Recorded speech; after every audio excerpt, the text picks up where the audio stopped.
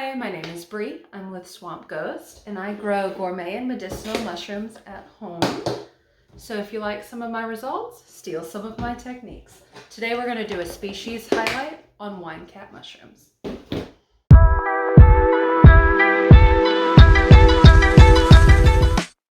Botanical name for this variety is Stropharia rugosa annulata. You will also hear this variety referred to as King Stropharia and the garden giant, named so because they make impressively large caps, kind of comparable to a mature portobello. We're talking like 6-inch, 8-inch caps if you water them enough. Now, culinarily speaking, wine caps are mild flavored, kind of like a potato. They lend really well to stew recipes. If you catch them whenever they're in the large caps, they grill really well. But aside from being a good culinary mushroom, there's a couple of reasons why new cultivators really like this particular variety. Wine caps are not very picky. They are really easy to get started. They want to live. As long as you give them water, they attach to their environment really easily. They grow well outdoors. Some people choose to grow them inside, but it's most typical to put them out into a garden bed that has straw or wood chips in it. Also, once they get established, you really don't have to interfere with them. They'll take care of themselves. Now, all of that is great and wonderful and we love it, but wine caps have some special things to them. They are excellent decomposers. Whenever you put them out into your garden beds, they will take that mulch that you have, decompose it very quickly into rich organic matter. And not just that, they also help control the parasitic nematodes and roundworm populations in your soil. So they help protect whatever plants you have in your garden from pests that you might not even see. So if any of that sounds like something that you like, how do we get them into the garden and get them harvestable? Well, if you are a do-it-yourselfer, I have a good way to show you how to make your own grain spawn. It's really super easy. Let me flip the camera and show you. All right, we are at the workbench, and anytime that we work with mushrooms, we want to make sure that our area is as contamination-free as we can. So I'm taking a little bit of 70% isopropyl alcohol, getting it on my hands, on the surface, and it's good practice to leave this for about 15 to 30 seconds while it actually does the work of killing all the contaminants that are in there. Because if you spray it and you immediately wipe it up, it really didn't have enough time to sit there and do what it needed to do. So let's give it just another second. All right, by moving magic, we let that sit a little bit longer. Let's go ahead and clean it up. I'm going to do my hands one more time. So what you're going to need is a sterilized grain bag. I'm using one of mine. This is a 3-pound. It looks a bit like this. And we're going to inoculate it with a wine cap mycelium syringe. So what is this? Well, let's go ahead and take a look at it. Inside this pack, we've got a sterile syringe needle and a 10 cc mycelial syringe.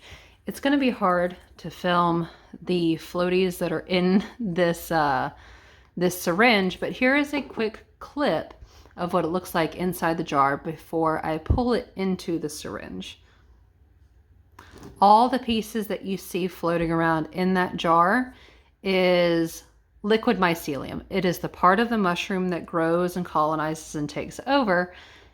And then that mycelium, when it's properly fed and given the right conditions, will form a mushroom. So this is where we start. So let's go ahead and get this bag inoculated and labeled. What we want to do is let's go ahead and open her up. And we want to kind of aggravate it a little bit and try to get any of these grains that are floating up away from the big spot at the bottom. We want to get all of those brought down into the group. So give me just a moment to do that. All right, there we go. Let's do a little camera adjusting here. So what you're seeing is a filter patch. This is going to allow air to circulate through the bag as it colonizes, because this needs oxygen to grow and it needs to release CO2 away from itself, okay? This filter patch allows that air to exchange properly without a whole bunch of crap getting into it that's gonna wreck your grow, okay?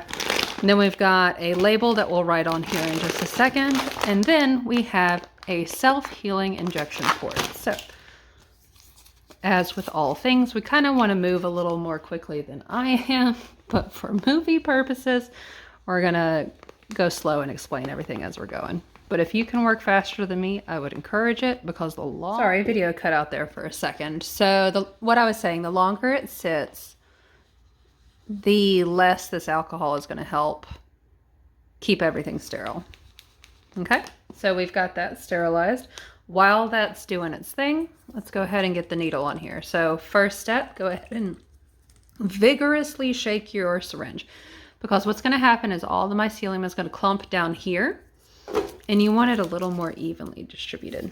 So let's open up the needle pack. Don't touch that. You don't want any germs that are on your hands. Oh, I just did it. Well, we're doing our best.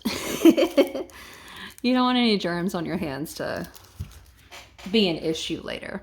Okay, since this is a new needle, we don't really need to sterilize the tip on this. We're just going to go ahead and uncap it. And since this is a 3-pound bag, it is appropriate to put about 3 to 6 cc's worth of this solution in here. I'm going to do 5. I'm actually going to do 2 bags like this. So I'm going to put 5 in here and 5 in another one. So let's go ahead and do that. Straight into the bag. If you hit a grain, you'll know it, because the plunger will not want to go down. All right, there we go. Now, it's fairly common practice to take some of this micropore tape and tape it over your injection port. I'm not sure that this is strictly necessary, because this is a self-healing port, but since I have the materials and it doesn't hurt my feelings at all, we're just going to go ahead and tape it up for good measure. If you do not have this, it's okay. We can skip this part. All right, let's go ahead and get her labeled real quick. We've got wine cap on October the 2nd.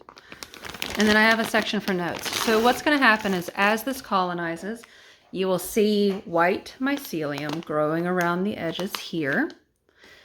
And then as it takes on more of the bag, what most people will do is they will take the bag, aggravate the grains, break it all up, and then it will go back to looking very much like this for a couple of days.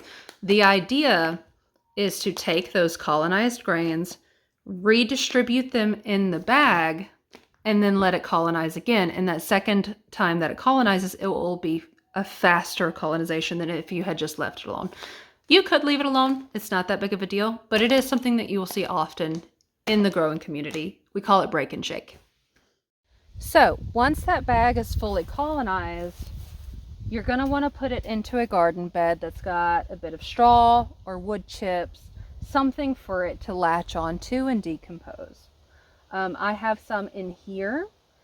This is looking a bit dry. Okay, I'm gonna, after recording this, go ahead and give this a thorough water over. Hello, squeaky door.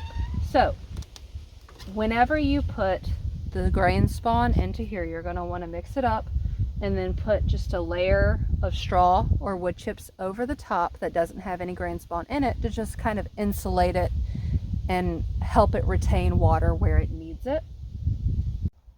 Now, once that grain spawn is taken over this bed, my job is pretty much done.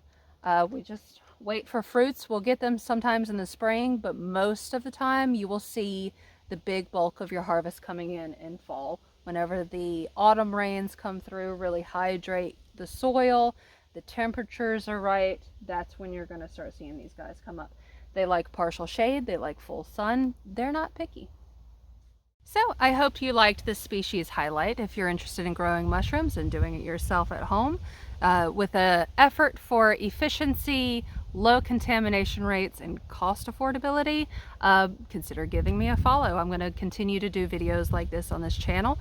If you like short form content that's a little more casual and off the cuff, consider looking at my TikTok channel. Love you guys. Grow safe.